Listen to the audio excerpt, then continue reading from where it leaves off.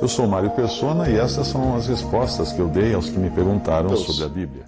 E ele diz que faz memória, sem cessar, memória de Timóteo nas suas orações. Timóteo tinha um lugar muito especial no coração de Paulo. Era um jovem, mas era um jovem adulto, né? Um jovem muito sério, como ele vai falar mais adiante aqui. Nós vamos ver que ele não era um jovem assim, sem um exercício com o Senhor. E ele no versículo, quando ele fala, faço memória de ti nas minhas orações, noite e dia, desejando muito ver-te. Ele tinha saudade de Timóteo.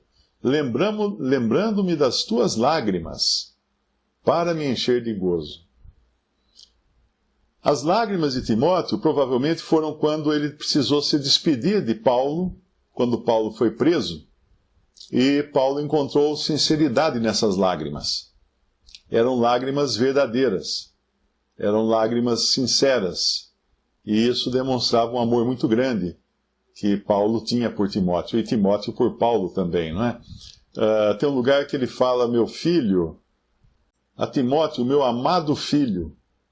Mas acontece que, lá em Atos... e Paulo chegou a Derbe e Lissa, né?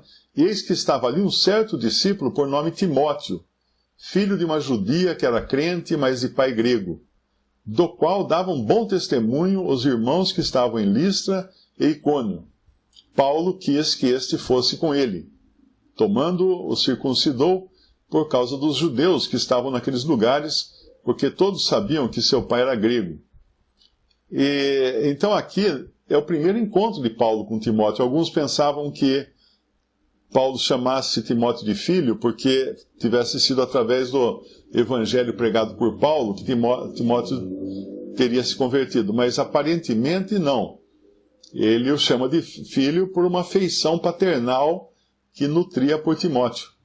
Mas o primeiro encontro aqui, que tudo indica que a primeira vez que Paulo encontra Timóteo, ele já era crente, ele já era discípulo. Como fala no versículo 1 de Atos 16, filho de uma judia que era crente, provavelmente sua avó também fosse crente, porque a avó e a mãe que ensinavam a ele as escrituras, mas pai grego. Era um pai grego, o pai era gentil, e nós não sabemos nada do pai de Timóteo, não sabemos nem se o pai de Timóteo era convertido. Mas isso dá até, embora possa ser triste, pensar que talvez fosse uma família em que não fossem todos convertidos, né? Mas dá um alento muito grande para mães, por exemplo, esposas que têm um marido que não é convertido, poderem saber que elas podem criar seus filhos no temor do Senhor. Porque... mesmo que o marido não seja convertido. Lá então em 2 Timóteo capítulo 1, no versículo 4, desejando muito ver-te, lembrando-me das tuas lágrimas para me encher de gozo, trazendo à memória a fé não fingida que em ti há, a qual habitou primeiro na tua avó Lóide e em tua mãe Eunice, e eu estou certo de que também habita em ti. E lá no capítulo 3, versículo 14, Paulo escreve para Timóteo, tu, porém, permanece naquilo que aprendeste e de que foste inteirado, sabendo de quem o tens aprendido, e que desde a tua meninice sabes as sagradas escrituras que podem fazer-te sábio para a salvação pela fé que há em Cristo Jesus. Toda a escritura é divinamente inspirada e proveitosa para ensinar, para redarguir, para corrigir, para instruir em justiça, para que o homem de Deus seja perfeito e perfeitamente instruído para toda boa obra. Então, essa avó e essa mãe criaram Timóteo nas Sagradas Escrituras. Então, aqui a gente vê o resultado. Quem tem filhos deve aprender isso, deve aprender a importância que tem desde pequenininhos insistirem com a leitura, fazer com que se torne interessante a leitura da Bíblia, criar desafios para eles aprenderem versículos, decorarem versículos, desde pequenininhos. Dá trabalho isso, pode ter certeza. Graças a Deus meus filhos são convertidos e começaram cedo, começaram desde pequenininhos, já ouvindo corinhos, já ouvindo leitura da Bíblia. Em casa sempre tinha irmãos visitando, falando das coisas do Senhor. Então eles sempre acostumaram. A Bíblia não era uma coisa estranha. Eles se acostumaram que aquilo fazia parte da vida deles e tem que ser assim em todo lar. Tem que educar a criança no caminho que deve andar e é o caminho do Senhor. Olha, tem muito material que você encontra. Tem uma editora, eu acho que é de batistas, chama-se APEC, Associação para Evangelização de Crianças. Eles têm na internet, tem uma livraria na internet. Você pode encontrar muito material lá. É claro que tem que filtrar, né? Todo material você tem que filtrar e você tem que aproveitar e explicar para a criança: isso aqui não está muito bem, não está muito certo e tal. Mas material a gente faz também, né? Contar histórias. Quando for ler com a criança, leia de uma maneira interessante. Por exemplo, você está lendo, fala assim: e aí Jesus entrou num barco. Você sabe como é que era o barco naquele tempo?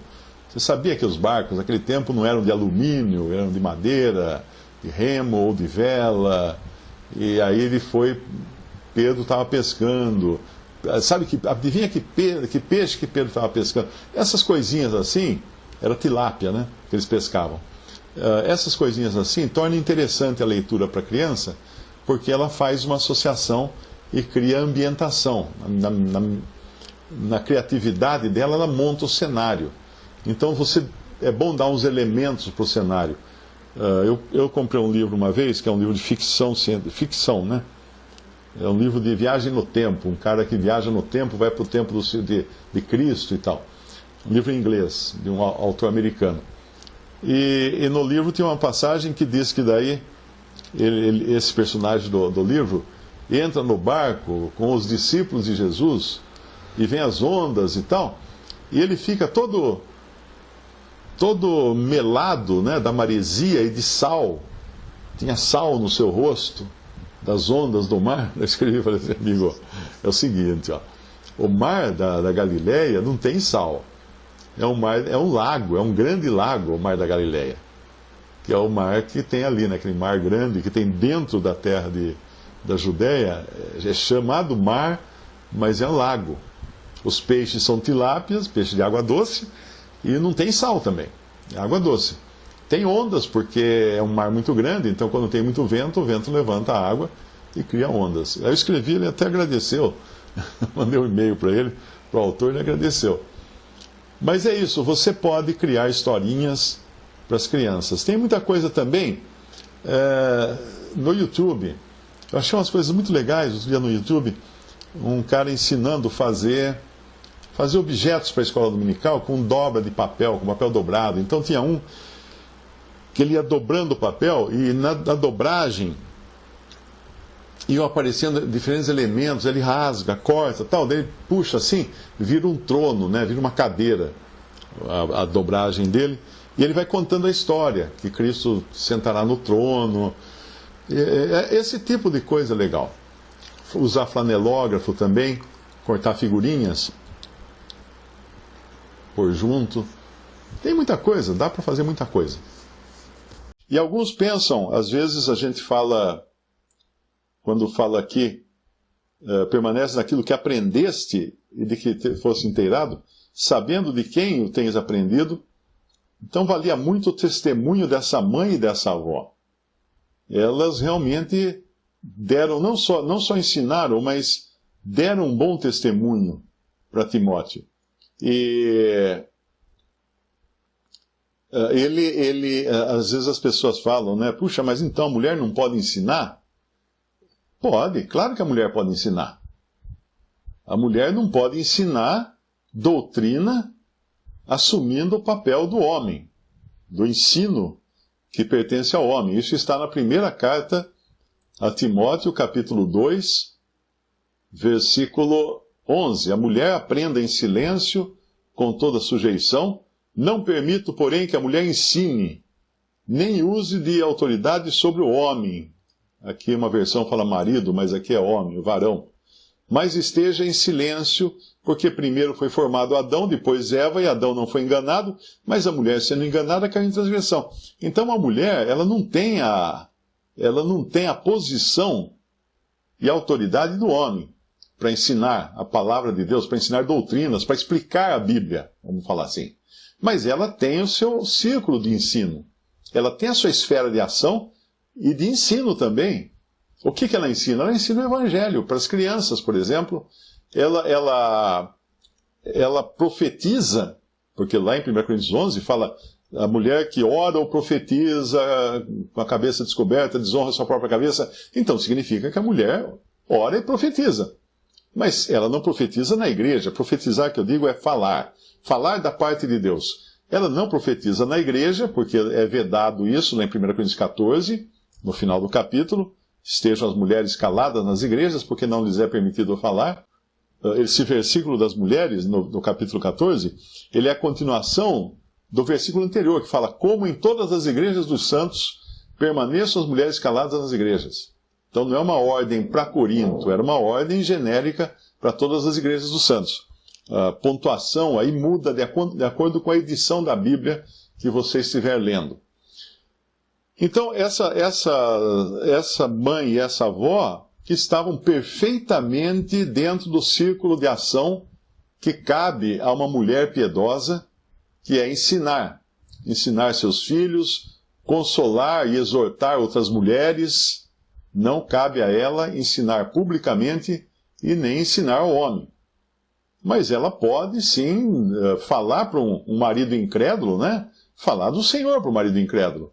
Imagina um marido incrédulo: eu estou perdido, eu queria ser salvo. Ah, meu bem, me desculpe, mas a mulher não pode falar, então eu não posso. Ah, mas eu estou morrendo. Ah, vai morrer sem Cristo então, porque eu não posso falar para você que você tem que crer em Jesus. Imagina, seria um absurdo, né? Não é isso. O Senhor Jesus mandou escolher uma mulher para dar as boas novas da ressurreição. Uma outra mulher a samaritana, foi correndo na aldeia dela para falar de Jesus, convidar as pessoas para virem escutar o que Jesus tinha a falar. Mas veja que nunca é no sentido de ensino da palavra, de ensino de doutrinas, de aprofundamento das coisas da palavra de Deus, mas de apresentação ou de anúncio inicial, que é que Cristo morreu e Cristo ressuscitou. Então essas mulheres ensinaram o Timóteo a andar nos caminhos do Senhor logo cedo. E lá em Tito nós encontramos também uma exortação para que as mulheres ensinem, né? Paulo escreve a Tito e ele fala para que as idosas ensinem as mais novas a amarem seus maridos, a serem boas donas de casa, a cuidarem de filhos, etc, etc. Ensina elas a ter uma vida cristã, uma vida de testemunho cristão.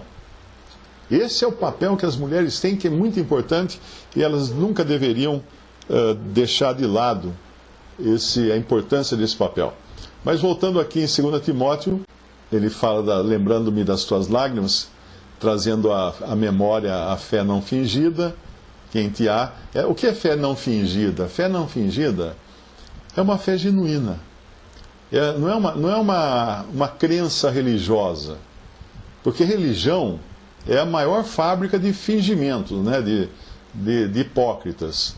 Porque a religião, ela propõe que você deve viver de uma determinada maneira para alcançar o céu. Para chegar no céu, se você viver dessa maneira. Mas isso não é o Evangelho. O Evangelho, nós chegamos ao céu pela fé em Jesus Cristo. Aí, depois de termos sido aceitos na família de Deus, depois de termos crido em Jesus como nosso Senhor e nosso Salvador, agora sim, agora a gente vai andar de acordo com a maneira de andar dessa família. Nós vamos ter a maneira de falar da família, a maneira de agir dessa família de Deus. E isso é por isso as mulheres podem também ensinar outras mulheres mais jovens a isso. Muitas mulheres jovens, infelizmente, vêm de famílias de incrédulos, não é? Pai, mãe, irmãos, incrédulos, e quando se convertem, se sentem muito sozinhas, porque não tiveram aquele respaldo do evangelho, na fé, do andar e uma série de coisas. E aí apenas trazem aquilo que elas aprenderam na incredulidade de seus pais e de seus irmãos incrédulos também. Mas aí no versículo 6 de 2 Timóteo 1, por cujo motivo te lembro que despertes o dom de Deus que existe em ti, pela imposição das minhas mãos.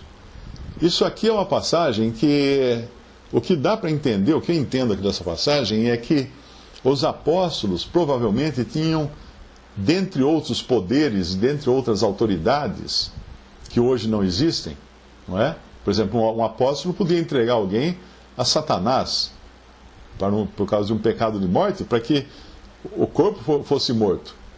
Nós vimos Ananias e Safira morrerem, né?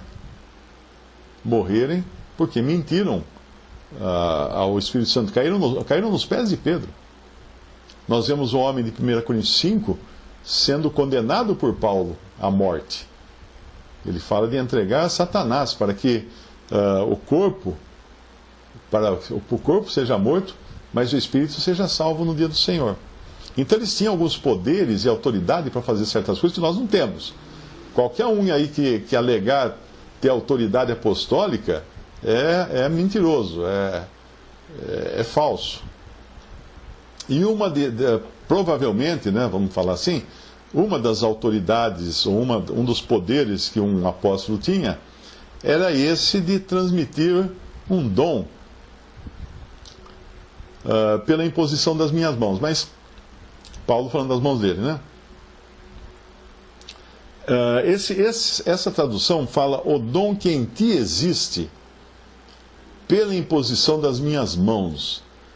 A atualizada fala o dom de Deus que há em ti pela imposição das minhas mãos.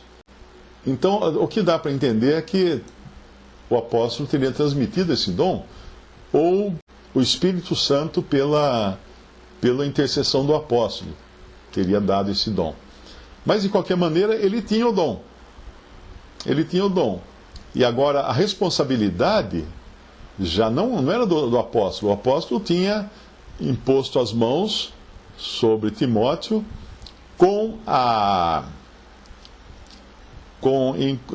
concomitantemente com o presbitério, com os anciãos. Isso nós vamos encontrar em outra passagem, quando ele fala de ter... Deixa eu achar aqui a outra. Está lá em 1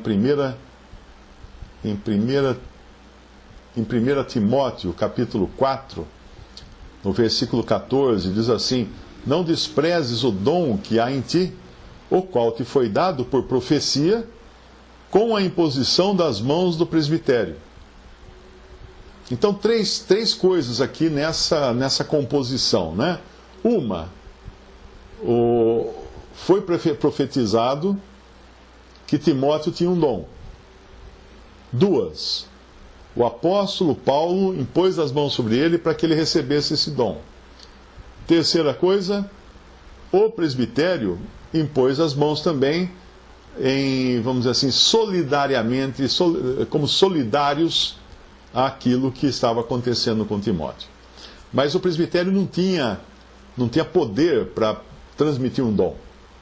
E a gente pensa nisso e deve lembrar o seguinte: muitos cristãos hoje acreditam que se tornaram pastor porque um grupo de homens pôs as mãos sobre eles e declararam que ele era pastor. Mas nós não podemos acreditar numa coisa dessas, porque os dons de Cristo, que incluem o dom de pastor, lá de Efésios capítulo 4, são dados por Cristo, não por uma junta de homens. Nenhum homem tem poder de dar dom a alguém, de consagrar alguém a um determinado dom. Nenhum homem. Da mesma maneira que nenhum homem tem poder para enviar um evangelista na obra do Senhor. É comum hoje existirem muitas missões, os missionários, e a missão envia Vamos enviar o irmão Joãozinho lá para a China para pregar o evangelho para os chineses. Está errado isso. Está errado. Nenhum homem envia ninguém na Bíblia. É o Senhor que é o dono da seara. Por isso que lá no Evangelho o Senhor fala para os discípulos, fala assim, rogai ao Senhor da seara para que envie trabalhadores para a seara. A preparação e o envio vem apenas do Senhor. Não é uma junta de missões que envia um missionário. Essa semana, acho que foi uma jovem que perguntou para mim, ela quer ser missionária, ela quer sair por aí pregando o evangelho e tal. Eu expliquei para ela que não era o papel da mulher pregar o evangelho dessa maneira. Ela poderia sim servir na seara do Senhor. E ela foi procurar as várias missões que existem e todas exigiam que ela fosse membro de uma igreja evangélica. Onde chegou a coisa? Então, olha, a seara é grande, os trabalhadores são poucos. Ore ao Senhor da seara para que mande uma denominação mandar os seus membros para a seara. Não. Orem para que o Senhor da seara envie trabalhadores para a sua seara. Não tem nada a ver com organização humana isso. Então, sempre lembrando disso, que aqui esse dom concedido por imposição de mãos do apóstolo Paulo não é uma coisa comum. Não é uma coisa que a gente vai sair agora por aí impondo mãos e dando dons para as pessoas, porque isso aqui é um apóstolo. É claro que a maioria dos cristãos não sabe fazer diferença entre um apóstolo e um cristão comum. Não sabe entender a autoridade que tinha o apóstolo, que o apóstolo viu o Senhor, o apóstolo conviveu com o Senhor, o apóstolo recebeu do Senhor o seu apostolado. Nada a ver com organização humana, nada a ver com alguma denominação, nada a ver com alguma junta de missões, nada a ver com alguma faculdade de teologia. Muito importante entender isso. Os dons de Cristo são realmente dados por Cristo. São realmente dados por Cristo. O que nós estamos vendo aqui, talvez seja Paulo acendendo o pavio de Timóteo, né? Mas mesmo assim, ainda que seja assim, é uma prerrogativa do apóstolo aqui, essa de impor as mãos. Mas a gente poderia também entender que esse dom existe graças à imposição das mãos do apóstolo, porque ele fala, o dom que existe em ti pela imposição das minhas mãos. Deixa eu ver se tem alguma outra tradução que talvez ficasse mais clara. Olha aqui, ó. Essa aqui é uma tradução da Bíblia Católica, CNBB. Quero exortar-te a reavivar o carisma que Deus te concedeu pela imposição de minhas mãos. Então, pode ser sim que foi pela imposição das mãos do apóstolo que Deus concedeu o dom. O dom continua vindo de Deus, não é o apóstolo que deu o dom. O dom continuou sendo o dom dado por Deus. E também nós não sabemos aqui exatamente, outro ponto importante, é se esse é um dom daqueles de Efésios 4, lá nós temos evangelistas, pastores e doutores, ou se essa é uma capacitação especial, um dom especial dado a esse jovem Timóteo. Nós não temos elementos aqui muito claros, né, para isso. Mas, de qualquer maneira, Deus entrou sim. Visite respondi.com.br. Adquira os livros ou baixe e-books. Visite 3minutos.net. Baixe o aplicativo.